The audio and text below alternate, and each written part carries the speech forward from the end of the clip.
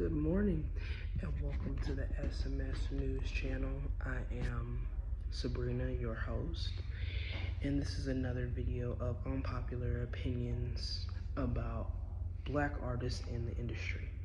The first video was about unpopular opinions about artists like Whitney Houston, Angie Stone, and Tone.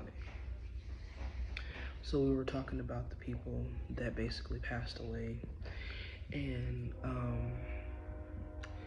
they started to leave messages about what's really going on in the industry.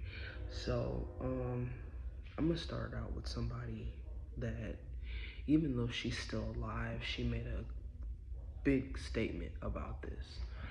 I remember watching a segment, I don't know if it was on TikTok or Instagram, and I think it was Gladys Knight, the awesome Gladys Knight. She was talking about how when it comes down to R&B, they tend to promote people that are non-black and give them awards versus people that have been doing this stuff for years. She said that when what is his name, George Michael, back in, I think it was like 1988 or something, it was Soul Train Awards, and either Soul Train Awards, I think it was either the Soul Train Awards or the AMA Awards, the American Music Awards, I think. And he ended up winning Best Album of the Year.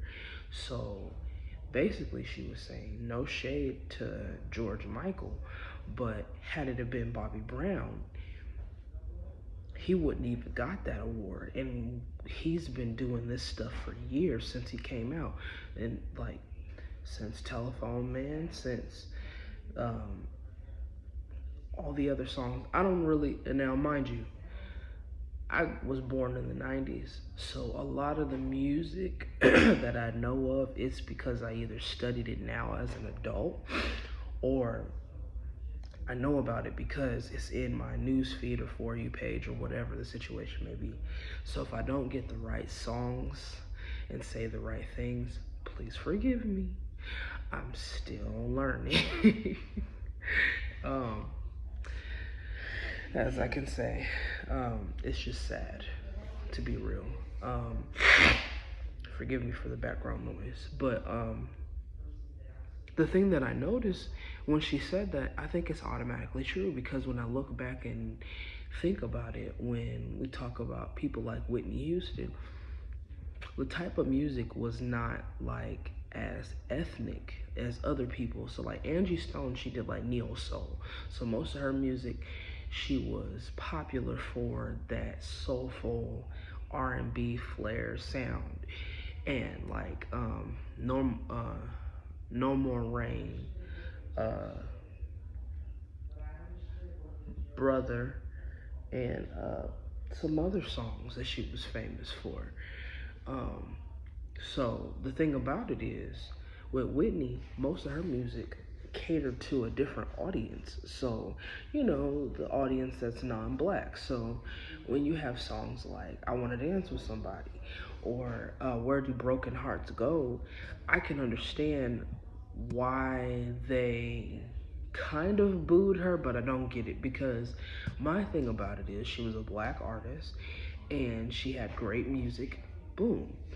But when we're talking about, this is the 80s at the time, so people were very either going towards pop, or it was real strong like hardcore R&B and soul.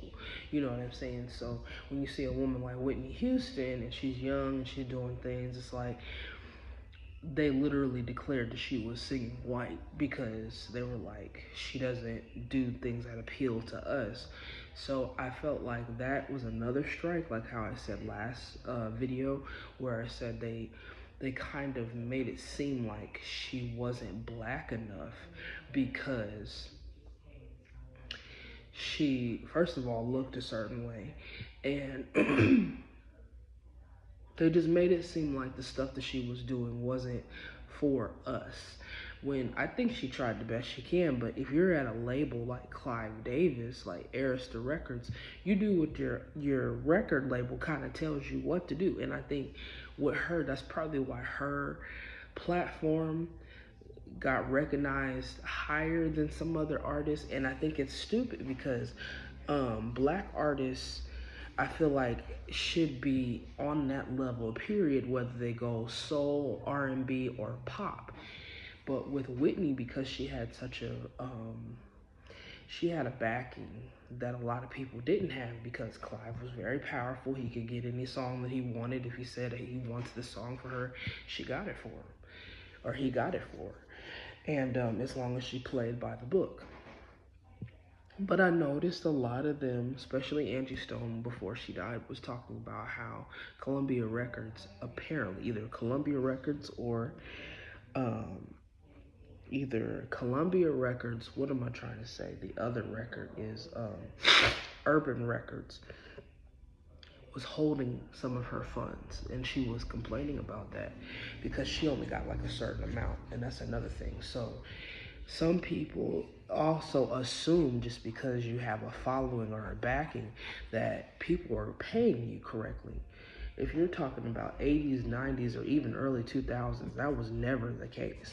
Like, people were getting their money, but best believe their entourage or whoever was working for them that was coming up with the ideas got a nice chunk of it. So, and I think even Whitney noticed that. You know what I'm saying? She noticed that she wasn't getting as much as what everybody else was getting. Like, she would look at her check and probably be like, what the heck? I've been working. And we're talking about she's going on tour. Now, I don't know how many tours Angie Stone went on, but from what it looks like, Whitney was all over the world. So there was no reason why her money should have been funny at a certain time. But I think it was around, I think, the late 90s or early 90s, she was struggling with that, but then end up finding out that her father ended up trying to sue for a certain amount of money, and it was sad to find that out. But see, that's another thing that I'm saying. Like, people, when they get their facts, and I only said that because I researched it and this is what I found. Um, but what I've noticed with the black media and artists and stuff like that, when they're not owned by us, and even when it is owned by us, sometimes we get shorted a lot, and it's sad. It's really sad. Um, but the thing that really made me mad about what's going on currently with Whitney Houston is just because she's been dead for almost 13 years, and people were still trying to make books and movies and stuff like that. So I watched Leola Brown the other day, and she was talking about how Kim Burrell was coming out with a book or something like that. I don't know if this is true. This is all alleged.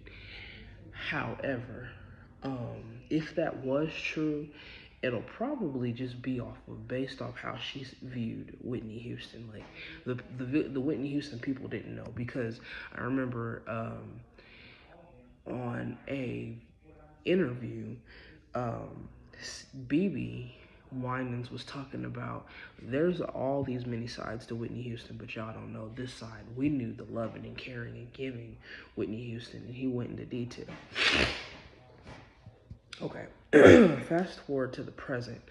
I've been noticing things like, you cannot grow old in the industry, and I wonder why. Like, you can only, like, a lot of these people that have been passing away, especially that are black, not even if they're not black, let them be Latino or Indian or what have you, they are literally dying in between the ages of 50 to 60, 70 to be exact, if they get that far. And if they've been doing undercut stuff, it's like they live longer. Like, you know what I'm saying? And this is just my speculations, but I just thought that it was just weird. You got other people that are wondering about their money, and then folks that have just been playing along by the book, they get everything they want, so they claim. Um,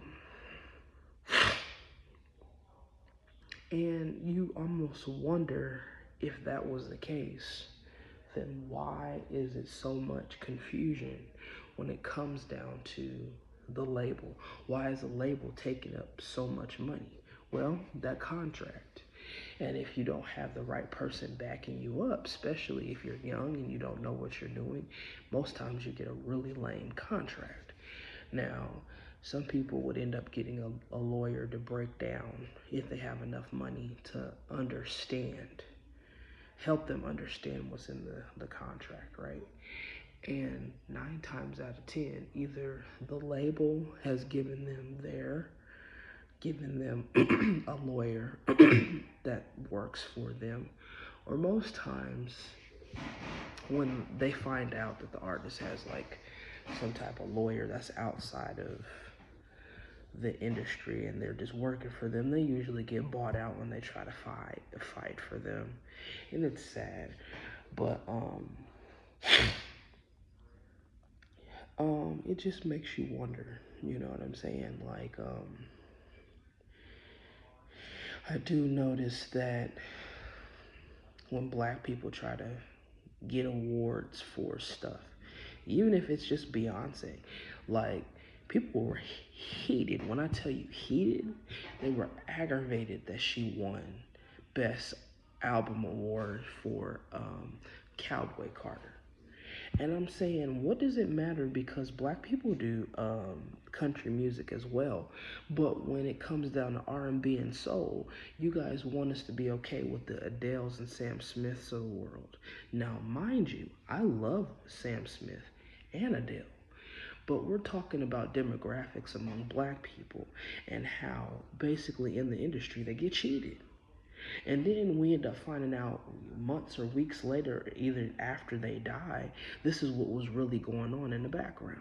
So a lot of times people really can't talk about a lot of things that's been going on. Like, I don't really believe that, I do believe Jaguar Wright in this situation, that Angie Stone might have been taken away because of the knowledge she knows. Mind you, she's been in the industry since 1979, so there could be a lot of stuff that she knew about her label and what was going on. And a lot of times, if artists do not want to change their persona and who they are, they tend not to get as much shine. Like, if you like the Erica Badu and um, Lauren Lauren Hill of those generations, or that type of era, they kind of not tend to. They do promote you and they do give you some deals and stuff in different type of backgrounds and things. But I'm saying, you do notice the ones that get more of an audience are the ones that almost whitewash themselves, bleaching their hair, um, doing everything that they can do just to stay basically non-black. And even after all of that, there's still stuff in the background we still don't know. So what I realized was Tony was mostly in good health for what we know. We still don't know how he passed away. I still got to research and do all that other stuff. But it's like, um, I think one of the things that really bothered me about it is just like the situation that happened to Albie Shore when he almost got, he was in the hospital for a little bit. It's like almost everybody that was either tied to Bad Boy Records or tied to anything that had anything to do with the 90s or the late 80s, it's like they want to get rid of them and bring all these other people that are mimicking their music. Like, the other day, I heard somebody take a sample from Luther Vandross, and I'm just like, can we just let the great music be great? Let the greats, when I mean the greats, legendary music that people have come up against, like Jackson 5, the Supremes, um, New Edition, Bell. I can't always pronounce it, so I think it's Bell Dib Duro, I think. That the group that did the song Poison. So if I said it wrong, please forgive me. Um, those type of people. When you get, even if they're not even in a group, like folks that have a backing but made great music. I notice nowadays, instead of making our own originals, everybody's just making samples and just going off of singles like that instead of just making an album, a whole body of work. But even Beyonce said it herself in an interview. She said they don't even want a whole body of work anymore. They just want, you know, a single, and then anything that passes real quick, and then you got to go in the studio and do something again instead of just having a full body of work that you can enjoy and people appreciate. But it's all about getting this money, you know what I'm saying? So I'm just going to be honest and flat out honest. I think they did Kelly Rowland completely wrong because she had an album, she got a Grammy, and then as soon as Beyonce came in there, which both of them were making music at the same time, it's almost like they just shut her audience off. And then what made it seem even foolish is when she gets on the Today Show and then she's trying to promote her businesses and stuff that she's doing, like the new movie that she was getting ready to do for Lifetime. And instead of them asking about that, they want to ask her about Beyonce. Nothing wrong with Beyonce. Don't get me wrong. I love that woman to death. But if I am working and I have my own businesses, like I'm Kelly Rowland, for example, let's use this as an example. Say, for instance, if I was Kelly Rowland, I would be very offended because I'm saying, even though that's like technically we're making a theory about it, right? Technically, let's, like I said, say for instance, I'm Kelly Rowland. I would be highly upset if somebody's asking me about my best friend instead of asking about me because I can't promote what I'm doing. Then on top of that, there's probably stuff that Beyonce didn't even tell Kelly Rowland. So she doesn't know all of it until the audience knows about her. She texts us to her or something like that. Even talking about Michael Jackson, like I just realized, like with um, his last performance would have been the greatest. But it almost makes you wonder, like, what happened in these people's last moments.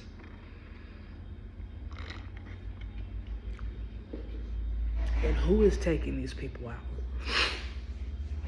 Because we're talking about folks who are being in good health. You see them, they do an interview, then all of a sudden they pass away. Then they say, "Oh, well, we're gonna unrule that there was no foul play." You don't know that. Like, still to this day, I believe Whitney Houston was taken out of here. I believe that about her, Prince, Michael Jackson, whoever else was a truth person, because after some point in their career, once they got older and they started seeing what they really didn't see before when they were younger, people came after them like crazy word. Especially Prince, because he was talking about chemtrails, what was going on, why, all the stuff that usually happens in the black community. Then after that, like months later, he ends up leaving out of here. Then they want to rule it off of, oh, it was drug related. Not everybody is doing drugs. But we want to believe, oh, they were just, they overdosed. Did they even look high before they got, like, it baffles me how they do black people. Baffles me beyond measure how they do our people.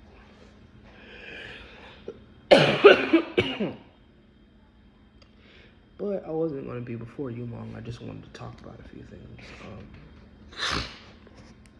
But literally, back to Angie Stone. She was talking about how the label was owing her money. And when she started seeking them and speaking out on it, that's when they started attacking her. Like, she ended up getting sick for some strange reason. First of all, why is she getting, if she is a woman of that caliber and she has to go to the hospital for any type of emergency, Why are y'all putting dirty needles in people?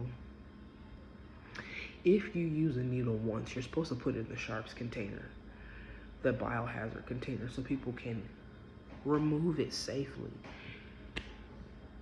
I mean, it's like some of y'all don't even know how to use regular the PPE gear. Like, you can't do that stuff.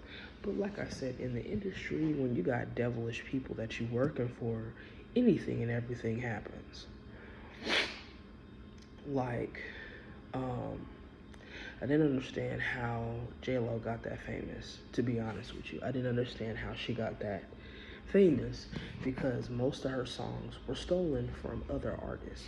For example, there was an artist by the name of Shantae Moore. She had a song called "If I Gave You," if I Had Love, and then they changed it from J Lo and put "If I Gave You Love." She also took a song from Ashanti, and she also, with her background, locals, and then a song from Usher. And when Usher tried to sue them, he couldn't get any money back for it, even though he was the one that originally wrote the song that she stole. You see how crazy that is? But they want to promote everybody else over you. That's why I'm saying it's almost like we don't have a good advocacy system. Like, Wanda Sykes was right. We need a better publicist for who protects us, because it's like when it comes down to white people that do things that are illegal, they'll sit there and give a whole background story about how they were lonely and all this other stuff and that they had mental health issues. But when we're black and we do certain stuff, they're just like, oh, they came from a troubled home, they had a criminal history, and that's the reason why. How come it's okay for them to commit crimes and them to have, for other people, when I say that, white people, why is it okay for white folks to be considered the people who they can do no wrong? If they commit a crime, you have to have mercy on them, but they can get the money that they rightfully owe, that's rightfully owed to them with no question. With us, it's like, why do you need that kind of money? Kind of like what happened to Oprah. Before she became the big Oprah Winfrey that she is now, they questioned her in the 80s about why she needed that much money. Because her co-host was getting 50,000 and she was only probably like getting probably 30 or 20. And she said she wanted more, and they said, well, he's got kids, so that makes sense for why he needs more. Why do you need more? And I think that's even stupid to even assume that a woman doesn't need more just because she doesn't have any children. You don't know what's going on in her life. So they literally told her she wasn't going to make it. But in September 13th of 1985, she did it. Had her first TV show that aired. So that's why I said it always pays off that you have a God that supports you and is there for you, and that you let him lead you. When things ain't right, you go according to, of course you got to follow guidelines where you're working, but if you have this strong feeling that something isn't right, don't hesitate not to leave and find a way to like safely maneuver in your career.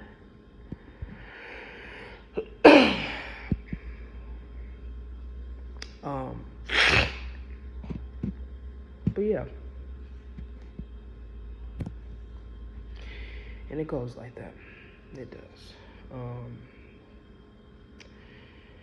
But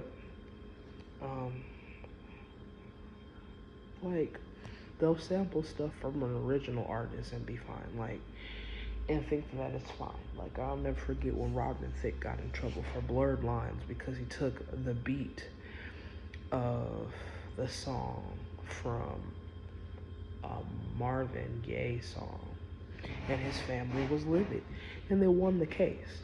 Now, most times or none, not everybody wins their cases, you know what I'm saying? So, it just all depends on what goes on.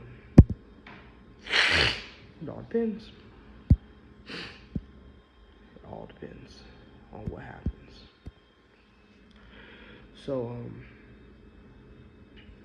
overall, what I just came up here to talk about is just basically unpopular opinions about what happens in the media. And I just think that it's a shame that we have to endure these things while we're working, but you do the best you can. Congratulations to Jaguar Wright for winning the humanitarian award from the government. I think that she is amazing.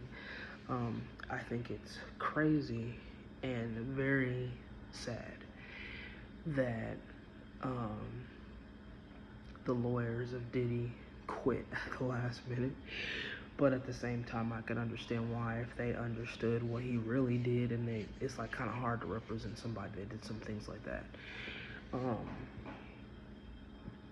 But I mean, what was they expecting, that he wasn't going to get in trouble? It's the same thing with R. Kelly. Did they think that they wasn't going to get in trouble for the stuff that they did? Stupid. I don't think it's fair for artists to be used in the industry. I don't think it's fair that they can't get paid easily like they're supposed to.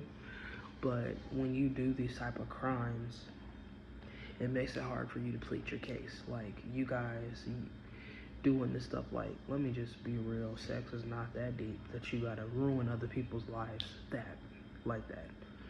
It's not that serious. Just party and enjoy yourself amongst people that are your age. Why do you gotta do all that stuff? But I remember when they were coming after Bill Cosby, and Bill Cosby had a following and stuff like that, and then come to find out, all those folks that came across and said that he did something to it, they all lied and said it wasn't true. So you got this man that's trying to fight for his life at the time over lies, all because he wanted to buy NBC. Stupid. Allegedly is what we're saying, that he wanted to buy NBC. And if he had bought NBC, it probably would have been good, because to him, he wanted to do things according to education. He wanted the black audience to learn. He wanted the media to stop shining black people in a light, or minorities in general, as stereotypes, when we have educated people that have made it. He probably would have been the one to post people who are highly educated, that have made success stories, that don't put us in a home where we only have one single parent taking care of us. So we do come in two-parent homes. You know what I'm saying?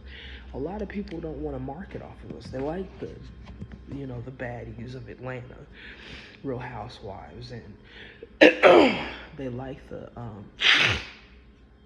what's the word? Not only those things, the love and hip hops and all that other stupid stuff.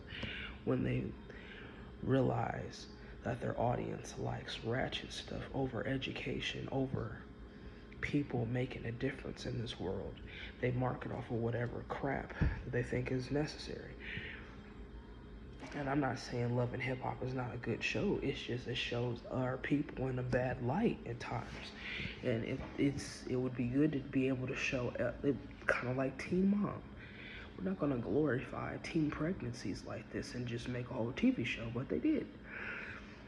And it's like, there are actual teen people that are in the world that can't make any money as much, and they're struggling being a single parent, and you guys are advertising this on VH1 like it's just a joy to be a single parent or a teen pregnancy, or have a teen pregnancy without being married and all this other stuff. Crazy. I'm just old-fashioned, forgive me, but that's just how I was raised. You were supposed to be married before you have any children, period. Supposed to be married before you have sex. The old fashioned rules, It's not for everybody, but that's just how I was raised. But back to what I was saying. I'm gonna make this video a little short now, because I don't want to ramble. I think it's sad that artists are struggling the way that they are, that if they try to tell the truth, they get taken out of the industry. I think it's sad, allegedly, that they're not getting paid what they owed. And I just pray that somebody finds it in their heart to do the right thing amongst black people in the industry and amongst anybody else that's going through the same thing. So this has been an episode of SMS News Channel, and I'll be back for more. I will be back with more later, sometime this week, sometime next month, whatever permits me to make a better video. So you guys have a wonderful day, and I'll be back with more.